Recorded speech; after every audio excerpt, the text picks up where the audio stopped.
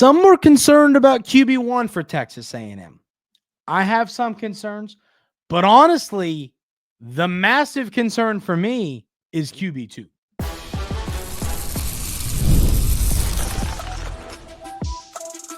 You are Locked On Aggies, your daily podcast on the Texas A&M Aggies, part of the Locked On Podcast Network, your team every day.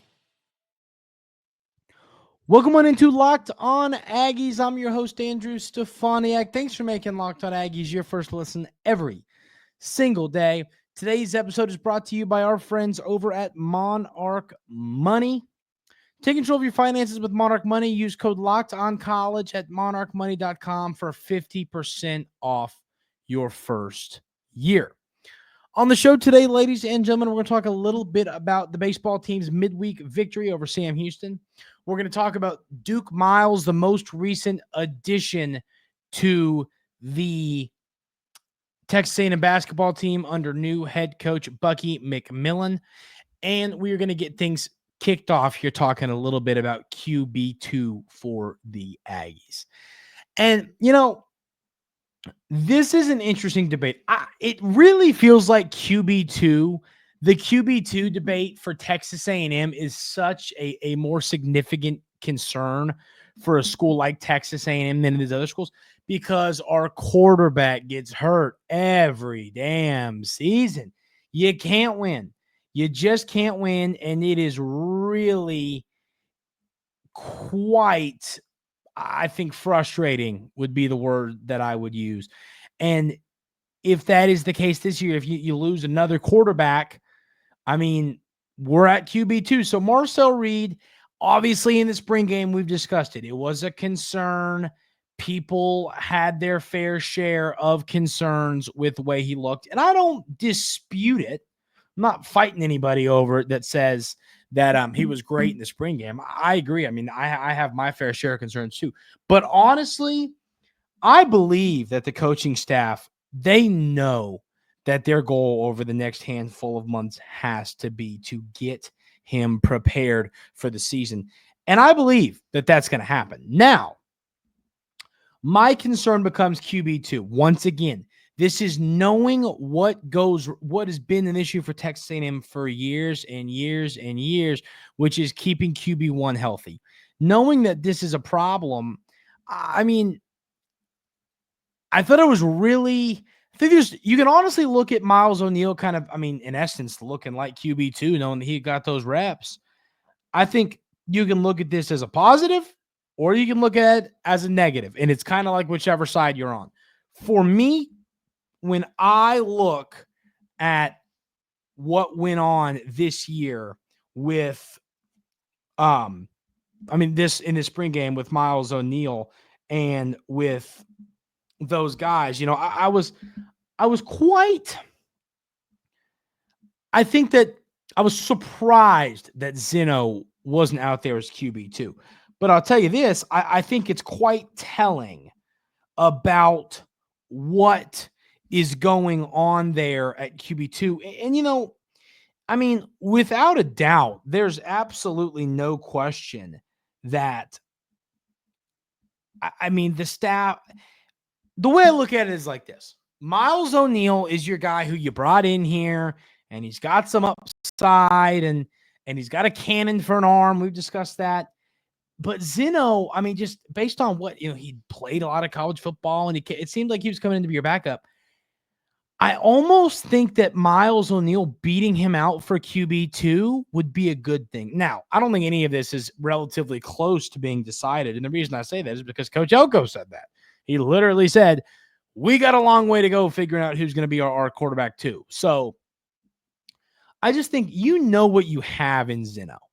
He's a solid quarterback. You know, he's not, I mean, if he was our starter, we'd probably go 6-6, maybe, you know what I mean? Like, he'd maybe get you to a bowl game, but he's not going to take you over the hump.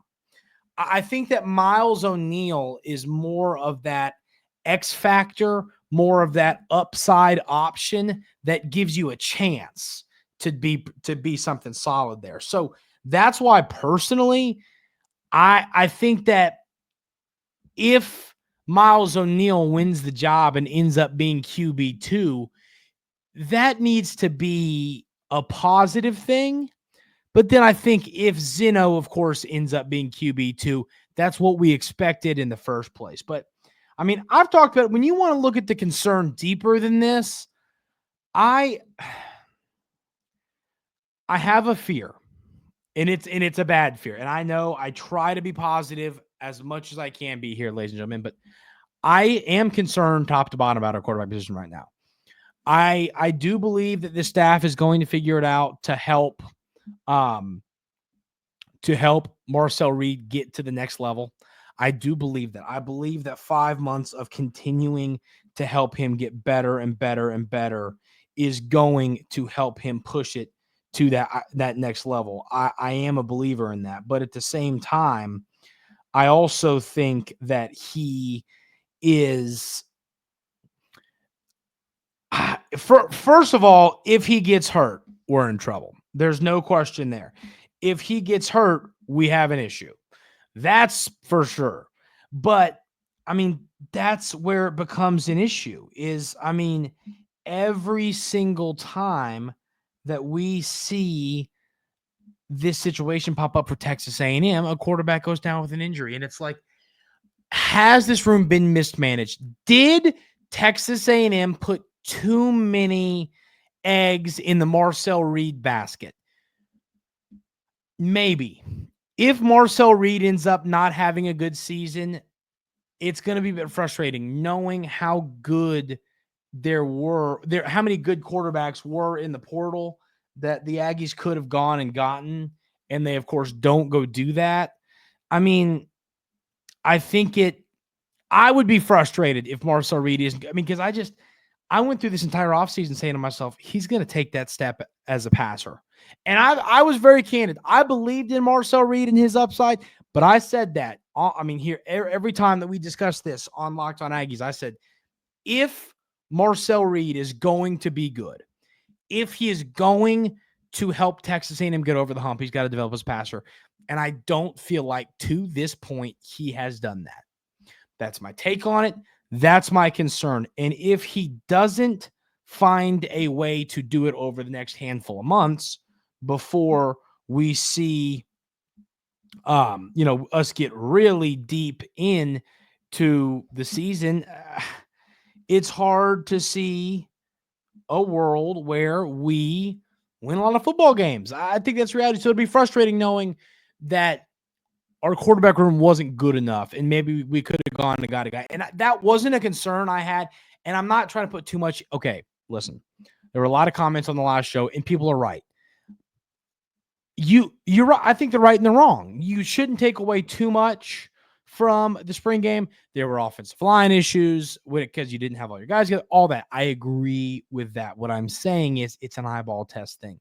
Marcel Reed made a couple good throws, but he's still, he's hot and cold. He's boom or bust. He's going to make a throw that's going to score you a touchdown or a throw that's going to cost you a pick six. He's boom or bust. And he needs to get more consistent throwing the ball. But QB2 is definitely a concern for me because, it doesn't feel like you have an option right now that if Marcel Reed isn't the answer, it's like, well, heck, we'll give this guy a shot. He's going to be great. I don't feel like you have that. There's a lot of teams in the SEC that have 2-3 great quarterbacks. In Texas A&M, in all honesty, back in the Wigman, Max Johnson, Jalen Henderson, Marcel Reed days, and then last year, of course, it was the Henderson, Marcel Reed, and Connor Wigman. Felt like he had a pretty good quarterback room. I don't feel that same way this year. I don't feel that Texas A&M has that same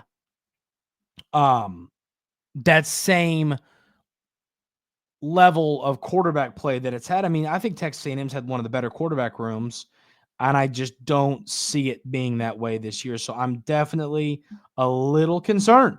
I am concerned about this. I don't know what's going to end up happening.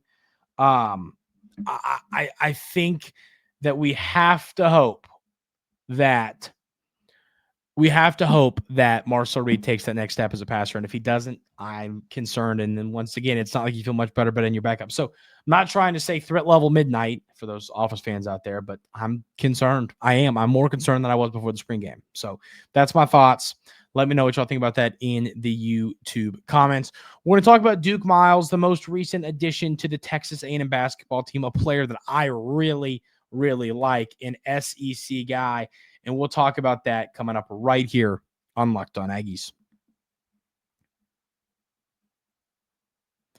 But first, I want to tell you about our friends over at Monarch Money.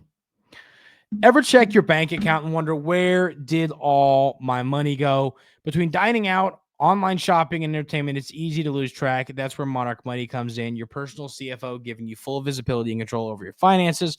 Monarch Money isn't just a budgeting app. It's a complete financial command center.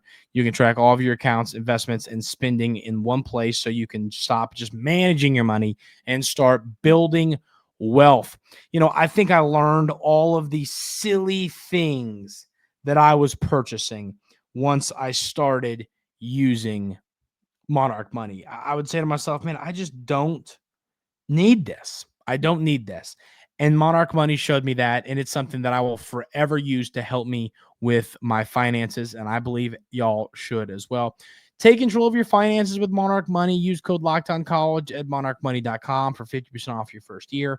That's monarchmoney.com, code LOCKEDONCollege for half off your first year.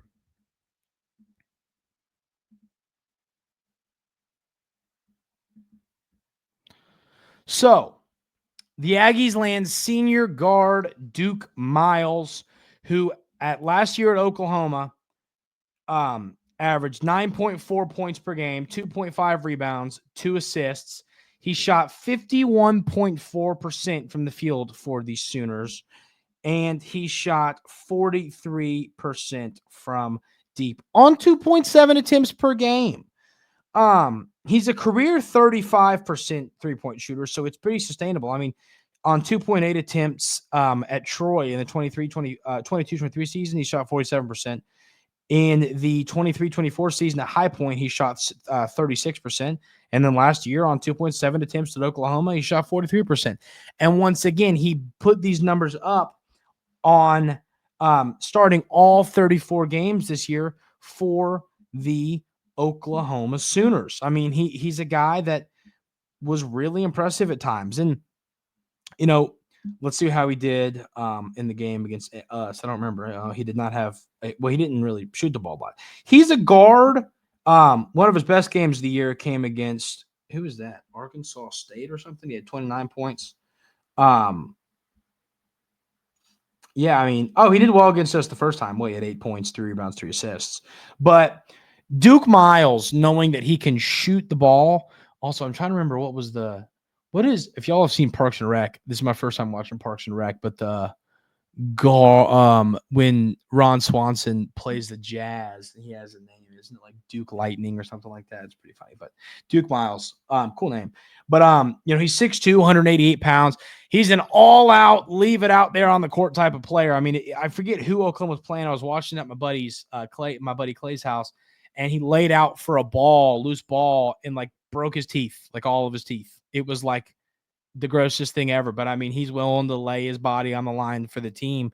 But I mean, this is a guy, an SEC starter, a guy that made the NCAA tournament and put up solid numbers for the Sooners all year long. I think he's a guy that's going to come in and be a really good guard for the Aggies. I mean, he's more, to me, he's a 2 guard. He's more of a 2 guard. So, I mean, right now, if I'm predicting what your starting lineup is going to look like, your Miles, I believe, will start over Holloway. I think Josh Holloway's going to come off the bench. And then you're going to have Mbako and Lane as your starting 1 and 4. So we're still waiting on more players. Obviously, there's still a lot to go here. But, I mean, this roster, and I talked about this, Landon, like Mackenzie Mbako and Duke Miles, are they the highest rated guy in the transfer portal? No, but they're guys that have experience. You know, Mbako, of course, in the Big Ten, Miles in the SEC. They're guys that have played in these leagues before. And I think that that's going to help them. I think that this roster is already shaping up to be better than I previously anticipated it. I didn't see Texas A&M's roster being quite this good. I mean, once again, we still got, 7, 8 more guys to get. Like, there's still a long way to go. I'm simply saying these early additions have been really impressive to me because, once again, when Texas A&M hired Bucky McMillan, I think we all had different concerns. Some concerns were recruiting. Some concerns were some were, will he be able to coach at this level? I think that there's a lot of different concerns there. But to me, right now, he's done a good job recruiting. And I mean, he's still got to finish. He's got to finish his class. But I've been impressed with what he's put together to this point. And it's not the highest rated transfer. I mean, the transfer class is ranked 37th. It's probably one of the worst in the SEC. But I mean, he just got here. He is slowly building this. And I think that he is going to find a way to put together a roster.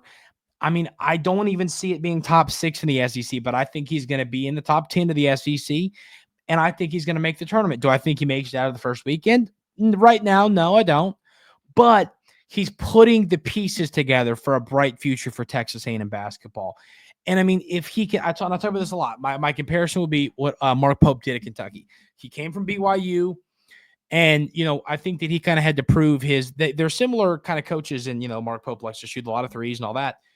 I think that Bucky McMillan, if he can have 1 year of success with this current roster, if he can be successful, if he can put together a team that puts up good numbers and overachieves, it's not going to be that hard for him to recruit going forward. So that is why I am honestly really excited to see what's going to end up happening with this Texas A&M basketball team. But I think Bucky McMillan's done a heck of a job. I think Duke Miles is a guy that, is he going to average 20 points a game? No, but he's going to average around 10. I bet this year he's going to shoot the ball some more. I bet he averages closer to 12, maybe 13 points. But he's going to be a solid player on a solid basketball team. And I think in year one, and the coach like Bucky McMillan, who's coming from a smaller school, that always is going to get the job done.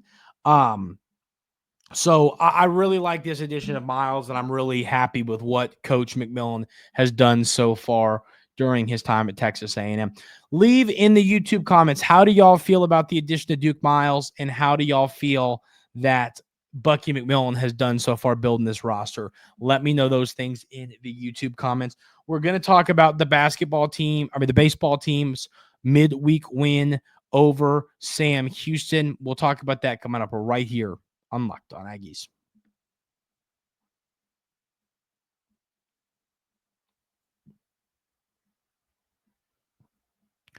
The baseball team got another midweek victory. I talk about these midweek games all the time. They don't help you. They only hurt you. And knowing that they only hurt you, you cannot lose them. And after a rough start, losing some games that definitely hurt the RPI early in the year, the Aggies have done a heck of a job in these midweek games. So in this one, a bit of a bullpen day, as all these games have been. You get 3 innings out of Gavin Lyons, 4 strikeouts, no earned runs from him, 2 innings out of Sims, 4 strikeouts, 1 inning of Fresh Corn, get 2 strikeouts. Payne Smith, not his best outing, 0.1 innings, 3 hits, 3 runs, 3 hits, 3 runs, 2 earned, 1 walk. And then Root is 0.2 innings, 1 hit, 2 strikeouts. So strikeout 12, do walk 5 and hit 1. As I told y'all, y'all know that I do not like giving up free bases to your opponents, and a lot of free bases given up in this game, and that is not going to get the job done often. But once again, the bats were solid in this game. Terrence Keel, 5 at-bats, 2 runs scored, 2 hits, 2 RBIs. Then Jace gets 2 hits, 3 at-bats, 2 RBIs. He walks once, he scores once. Hensler has a hit, and he scores once. 2 hits from Caden Kent, 2 hits from Blake Blinderup. You get a hit from Royo. You get Jamal George gives you 2 hits. So you got a total of 15 total hits in this game, which turns into 13 runs, another run rule, which once again is great. You save a little bit of pitching. Caden Sorrell hits a homer in this one. Blinderup hits a homer in this one. Terrence Keel hits a homer in this one. So the long ball was playing for the Aggies in this baseball game, which was great to see. Blinderup actually hit too. But another blowout midweek victory. As I've said, these are very important games because if you lose them, they kill you. If you win them, they don't really do anything. But if you lose them, they hurt you. So got to keep winning these games. And you got a few more left. You play Lamar after the Texas series. Then you play Houston. That'll be an interesting one. You could, if you lose to Houston, it's more okay. But then, so you have 2 more midweek games. You got to perform well in these. But you got the big weekend series coming up against Texas. And as it should be, it's a Friday, Saturday, Sunday series. This is what all SEC series should be. They should never be on Thursday. They shouldn't be. They should not be. Friday night in the SEC is the most exciting baseball you see outside of the MLB. That's just the reality. So, like this Friday night game in Austin against the Longhorns, we all know the storyline. This is going to be a really, really fun baseball series. This is going to be, I think, one of the most fun baseball series. Now, it wouldn't have been the way the Aggies were playing 3 weeks ago. The way they're playing right now, Texas A&M can go win this series. Here's the deal. If I would have told y'all Texas A&M can go beat Arkansas in a series, y'all would have laughed at me. And I didn't say it, but I'm just saying you would have laughed at me. And so right now I'm saying, yes, they can go win this series. Are they favored to win it? Probably. I don't even know how you would bet on college baseball that way, but no, they're probably not favored to win it. Are they capable of winning it? Of course they are. This is going to be fun. We'll break this down, of course, on Friday. We'll break down this series. So that's the plan there. But big win midweek games. Once again, they're not all, well, they are fun to watch. You see a lot of runs, but they're not always often close. But I mean, I think Vandy lost a midweek game yesterday. Did Texas end up losing their midweek? I saw they were, I got to go check. I saw that they were down 1 in the 9th. Didn't check what ended up happening. Now I'm curious because we can make fun of them if they did. And I enjoy that. They won. Damn. Whatever. They found a way to win that one.